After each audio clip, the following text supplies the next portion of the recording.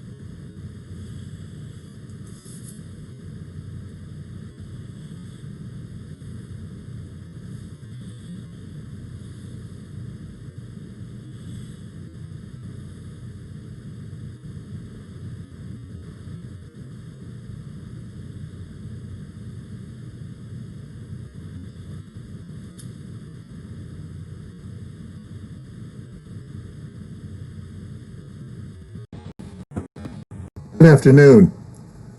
My name is Andrew Bozeman, Reverend Andrew Bozeman, and welcome to On the Wings of Your Mind. This is the first of a series of daily broadcasts from Monday through Friday in which we are going to explore our minds, in which we're going to explore the way we interact with the rest of the world, in which we're going to explore consciousness. Consciousness is a critical part of who we are. It is who we are. And so consciousness is the subject of our broadcast. Basically, what we're trying to do here is get us to a level where we move beyond our obsession with being right. The obsession with being right is something that has plagued humanity forever, and it has led to wars, it has led to various conflicts, but it also leads to stress that can destroy our immune systems, stress that can give us high blood pressure, heart disease, stress that can basically kill us. So what we're doing here is trying to make us aware of what we're doing with our minds and how we are destroying ourselves with our minds individually as well as a society, but particularly individually. And we're going to try and help ourselves to rise to a higher level. So who am I? Well, as I said, my name is Andrew Bozeman. I'm an ordained minister. I've been ordained since the year 1982. My careers have spanned several niches. Among them was the advertising agency business, in which I created television commercials for such subjects as or products as 7-Up, the Uncola, and Budweiser, and Michelob, and Ford Motor Company. I've been an actor, a voiceover announcer. I have been a computer programmer. I have been a computer program trainer. And when I retired at the age of 65, I was director of technical training for the city of San Francisco. Director of technical training for the city of San Francisco, in which I was responsible for the training of approximately 30,000 city employees. After that, I was a community activist in the city of San Francisco, in the community of Bayview Hunters Point, which is a minority community, low income, in which we fought off unscrupulous developers and polluters, and sought to create jobs and build affordable housing. All those things, in addition to being a minister, and also worked in the world of forgiveness as communications director for the Worldwide Forgiveness Alliance, and in the process developed a technique called functional forgiveness, which teaches people how to operate on a daily basis in the mode of forgiving, because forgiving strengthens us rather than weakens us. But that is a subject for a different matter. So, what's happening? We're bombarded every day with bad news. We've got rioting, we've got protesting, we've got looting, we've got the COVID virus, we've got economic collapse, we've got unemployment, we've got mass evictions. We are surrounded by bad news all over the place. And what this does is creates high levels of stress and anger, frustration, fear, and it makes people testy. And so I'm seeing around the area where I am here in Buffalo, New York, I'm seeing a lot of upset people snapping at each other, and some on the edge of violence. As I look at the news, I see people all over the country not only snapping at each other, but shooting at each other and doing all kinds of violent acts in the belief that they are right and the people they are attacking are wrong. And that belief of being right gives them the right in their eyes of being violent, of being cruel. As my media consultant once said, it's okay to be angry, but it's not okay to be cruel. In any case, let me say this. We need to be released from the chains of being right, the obsession with being right, because that cuts us off from the truth. And the truth is that we are all one, that we are spiritual beings, yes, spiritual beings having a human experience. And we are losing touch with that spiritual self, that self that is really us, the real us. And we are being so locked into the physical and the physical way of doing things that we are destroying ourselves, and we're destroying our society, and we're destroying our world. And there's got to be another way. There is another way. That way, as I use the term love, some people poo-poo that because they think love is a weak sister to anger, or weak sister to aggression. But love is not a weak sister to anything. Love is the most powerful force in the world. It's just that most people don't know how to use it. Most people don't know how to access it. They have this idea that love is this sweet feeling that you have for when you're in love with someone else, when you're in lust with someone else. And when that wears off, love goes away. Well, love never goes away because love is always there, because love is the driving force of life. So what we're going to do here is every day, or during this 30-minute session, we're going to have a discussion about what's going on and how to deal with it. And then in the final 5 minutes or so, we're going to do a little exercise to begin to help us build the connection with love, begin to build the connection with who we really are.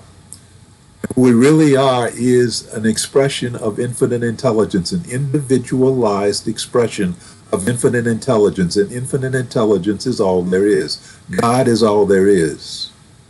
God is all there is. God is infinite intelligence. And so infinite intelligence is within everything that exists in this universe, everything. And if we could get in touch with and connect to that powerful force of infinite intelligence, then we can begin to raise our consciousness. We can begin to elevate ourselves to a higher level where anger will no longer be a factor, or being right will no longer be an issue, because in being connected with each other, we will always be right with each other. See, right now we're dealing with this duality of I'm right and you're wrong. And there's no meeting in between, but there is a rightness for us all. And in that rightness for us all, we find peace. We look at protests and think that protests are going to accomplish something. Yes, they will accomplish something for the moment. They will accomplish something in the short term. But eventually, they're going to be dismantled. Whatever changes come across are going to be dismantled, because there are people who feel they are being hurt, who feel that they are losing in the process. And because they're losing in the process, they're going to hold this resentment. And in holding this resentment, they're going to be committed to dismantling whatever it was that is taken part of whatever they felt was belonging to them. So peace is not an issue. Peace is not a factor. Peace is not accomplishable in the physical world, because there will always be discord. The only way to overcome the discord, the only way to overcome the conflict, is through love, is through peace. Peace. Peace. So the issue of being right, I'm reminded of a story by Nasruddin. Nasruddin was a Sufi prophet, storyteller, teacher in the 13th century. And he often, he was also a trickster. So he used humor to deliver spiritual messages. And in relation to what we're talking about today, the relation to being right, the story I'm reminded of is that of a master teacher who was being escorted in a boat down the river to his new position at the university, his new and heightened position at the university. And as he was floating down the river, feeling very good about himself, feeling very full of himself, because he knew so much, because he had achieved such high levels in academia. And he was thinking to himself, I know so much now, I am nearly there. I am almost to the point where I will know enough to be able to walk on water. Walk on water. That was his goal. And so as he's traveling down the river, he hears a strange sound, a sound that disturbs him. It is the sound of a man chanting on the banks of the river, except the chant is being delivered in the wrong way. because the teacher knows this chant. It is one of his favorite chants. And so he stops the boat. He tells the boatman to pull over to the bank. He must go and straighten this man out. So he goes and finds the guy in a tent and sits down and talks with him and begins to teach him the correct way in which to deliver the chant. And finally, after an hour or so, the man has correctly repeated the chant to the satisfaction of the teacher. And so now fully satisfied with himself, the teacher returns to the boat and gets in and just enjoys the wonderfulness of his grandeur, for he is one step closer to being a man who can walk on water. And as he's leaving, he hears the chanting of the man he has just trained, and it is being delivered perfectly. But after a few attempts, after a few cycles, there's a stumbling and a retry, and a stumbling and a retry, and finally silence. Then there's this strange noise coming up behind him.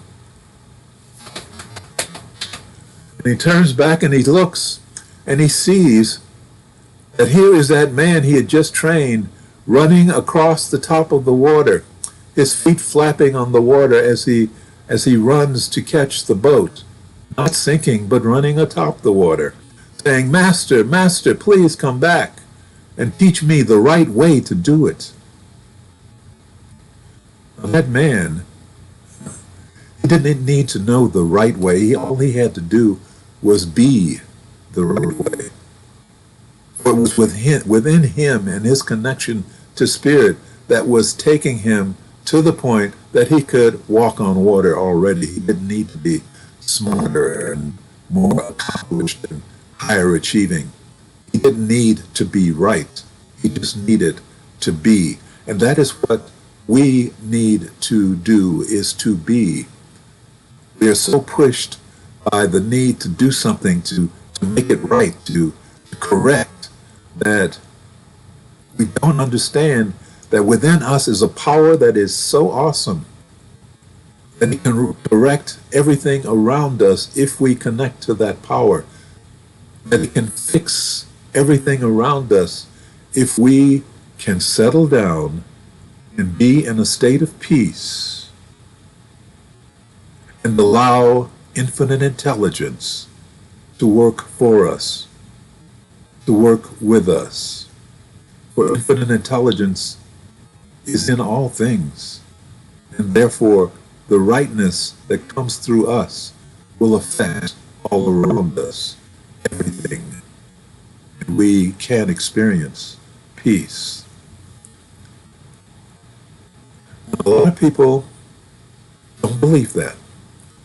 A lot of people feel that spirit is weak. A lot of people feel that hate is stronger, that anger is stronger, that the surges of emotion running through them in response to various situations are much stronger than this thing called love, this thing called peace.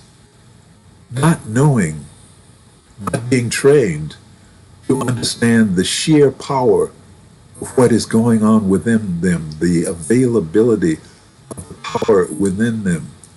And so it is my mission to help those of you who are willing. You must be willing, who are willing to make that step to peace, who are willing to step back from the edge where they are now existing, the edge as we saw in Stanley Kubrick's movie 2001, where the cavemen were using weapons against each other, sticks and stones, and beating them.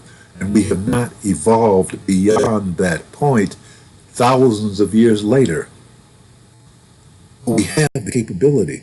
We now have the knowledge. Science tells us that consciousness permeates everything. Science tells us that they have learned in quantum physics that everything is connected, everything is one. And throughout everything runs this underlying consciousness that we can access and pull up information, connect with people thousands of miles away, send healing vibrations no matter where in the world that person who is in need of healing is. Information, distant learning, distant viewing, all kinds of miraculous things can happen for us once we accept that we are individualized expressions of infinite intelligence. We are individualized expressions of infinite intelligence. I've developed a course, a technique called functional forgiveness, and one of the key elements of functional forgiveness is learning how to forgive oneself. We hold so much against ourselves for past mistakes, for things we did that we feel are stupid or mistakes, and we never let it go. We always hold it against ourselves, and quite often what happens is we'll get to the edge of something, of an opportunity, and we'll stop ourselves because we feel we don't deserve it. We don't deserve it. Why? Because of something we did in the past, something that shows us that we are unworthy. Someone who would do that does not deserve to get a break in the future like this.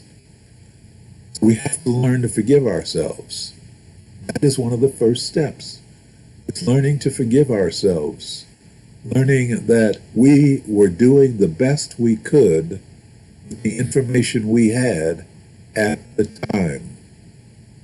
We were doing the best we could with the information we had at the time. And in doing the best we could, we messed up. Hey, everybody messes up. Everybody makes mistakes. Everybody falls. The key is not to stay down, but to get up and move on. But it's hard to get up and move on when you have holding it against yourself, when you have this resentment against yourself for making the mistake in the first place. So we need to learn to forgive ourselves. We need to learn to let that go.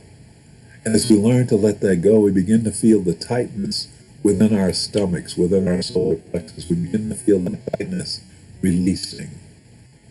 And as that tightness releases, it allows the energy that is tied up, that is locked down, to be able to express. We are such energetic beings. But when we shut down with resentment, we shut down with anger, we shut down that wonderful energy that makes us so powerful, that makes us so strong. And so forgiving yourself is the first step to learning how to become the powerful being that you were born to be. Forgive yourself. Forgive yourself. Now, I am going to place some exercises for you on my website, which is called forgivenessgate.com. It's a website, the Bozeman Development Group. And we're going to begin to make the actions of forgiving ourselves, forgiving ourselves, forgiving ourselves. But in the meantime, let's do this. Let's stop and think about how we feel right now in this moment. Is there any anger that we feel at the moment? If there is, we need to let it go. But why are we angry? Usually we get angry because we feel that we've been slighted, that somebody has taken something from us, thinking that there's only that which is available, that was taken away, not knowing that in this universe, abundance abounds, abundance abounds. So there is no lack. There is no diminishing of what's available. It's still merely a matter of opening ourselves to it. The only reason we feel that we are lacking is that we have cut ourselves off from the flow. We've cut ourselves off from the flow. So if that anger, think about that anger. What would happen if you let that anger go? Why is it so hard to let that anger go? Is there some sense of pride there that you need to face? That I'm proud because I've been disrespected. It's a lot to cover, a lot to go over. So in the coming days, in the coming weeks, we're going to piece by piece by piece begin to dismantle all that anger. We're going to begin to dismantle that fear, that panic. We're going to begin to dismantle that which is holding you back. Little by little, those who are willing to do the work, we're going to begin to make you stronger, to begin to make you more powerful. There are some of you who will drop out. There's some of you who will choose not to even get involved with it. And I respect that. It's okay. You're allowed your journey. And so if you want to continue along that journey, then you are free to do so, my friend. You are free to do so. We will be here when you decide that you are tired of that journey and that you want to change it. But for right now, we'll just deal with those who are ready. Those who are ready to make the change, those who are ready to accept their power and integrate their power into their lives, to validate themselves as the powerful beings that they really are. And so let us do this for a couple of minutes. Just let us breathe slowly and deeply. Slowly and deeply. And then as we breathe slowly and deeply, I'd like you to take a deep breath, hold it for a second, and then release it with a moan. I guess you'll call it a sigh.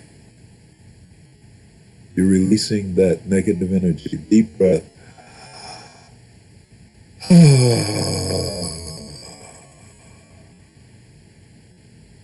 One more deep breath.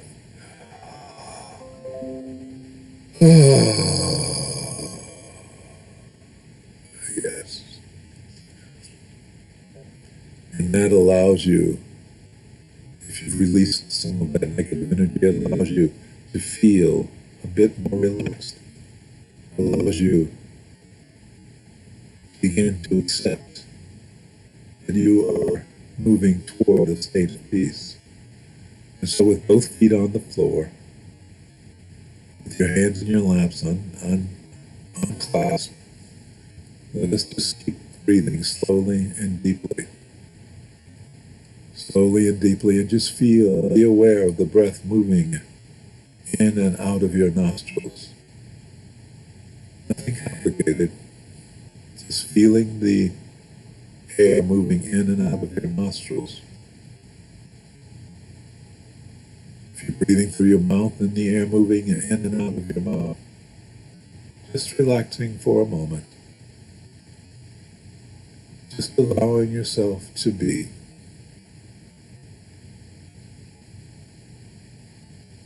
Not thinking about anything. Just listening to the sound of my voice.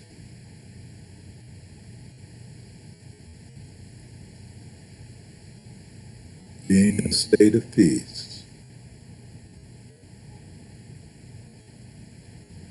We know it is only temporary because when you come out of it, that whatever problem was there, it's still there waiting for you.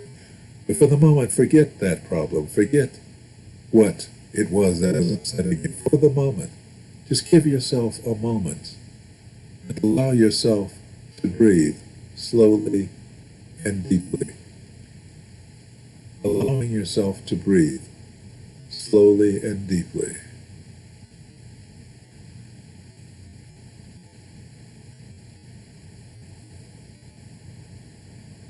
Not going anywhere, not doing anything. Just give yourself this moment.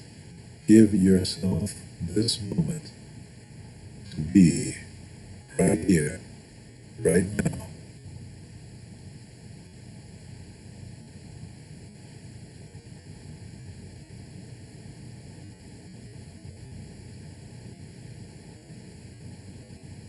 Okay? So now we'll begin to come back into this time and this place, come back into awakened consciousness, breathing slowly and deeply, feeling yourself coming back in the body, feeling yourself coming back, feeling yourself coming back, being aware, being your eyes open, knowing that you are here and that you are now. So, over the next few days, over the next many days, we are going to be working on making that little meditative thing more profound, a little longer, a little deeper. We're going to discuss more what is going on in the world and how you can rise above it, and in rising above it, make your world more peaceful. In rising above it, make your world more prosperous. In rising above it, make your world one in which you enjoy being there and don't feel pressured to do something. Do something. Let me do something. That is the first reaction that we are trained to act upon. But when we work with this technique, when we work with this training, when we work with spirit, we begin to learn that doing something is what spirit does. Spirit does the doing, and we do the accepting and move where spirit shows us to move. Through the doors that spirit opens for us, with a smile, knowing that spirit is on our side and working with us every moment of the day. Because spirit loves us. Infinite intelligence loves us because infinite intelligence is love. Infinite intelligence is love. And so knowing that, we'll begin to move forward. So I hope to see you here again tomorrow and the day after. If you would, please, if you do relate to what we've been talking about, click on the thumbs up button underneath the video. And if you want to be notified that when I'm on the air, then also subscribe. Please click the subscribe button so that we can let you know when we're coming on, because then you'll get a notification that it's happening. So thumbs up to let us know that it was this worked for you, and subscribe so that we can inform you the next time we're coming online.